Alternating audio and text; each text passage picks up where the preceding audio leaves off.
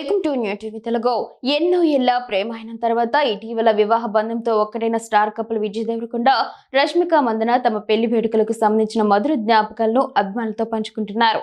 తాజాగా రష్మిక, విజయ్ తమ హల్దీ వేడుకకు సంబంధించిన కొన్ని ప్రత్యేకమైన ఫోటోలను సోషల్ మీడియాలో షేర్ చేయగా అవి క్షణాల్లో వైరల్ అయ్యాయి. ఈ ఫోటోల్లో కొత్త జంట పసుపు రంగులతో తడిసి ముద్దవుతూ ఎంతో ఆనందంగా కనిపించారు.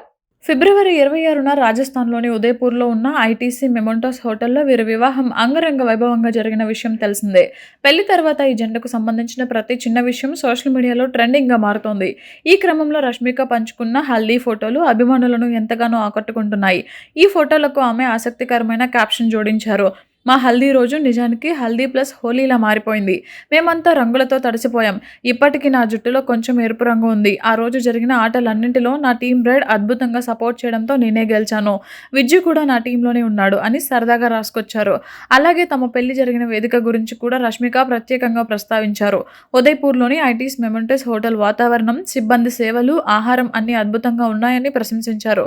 తమ వివాహ వేడుకను డిజైనర్ అనామిక అద్భుతంగా తీర్చిదిద్దారని పేర్కొన్నారు.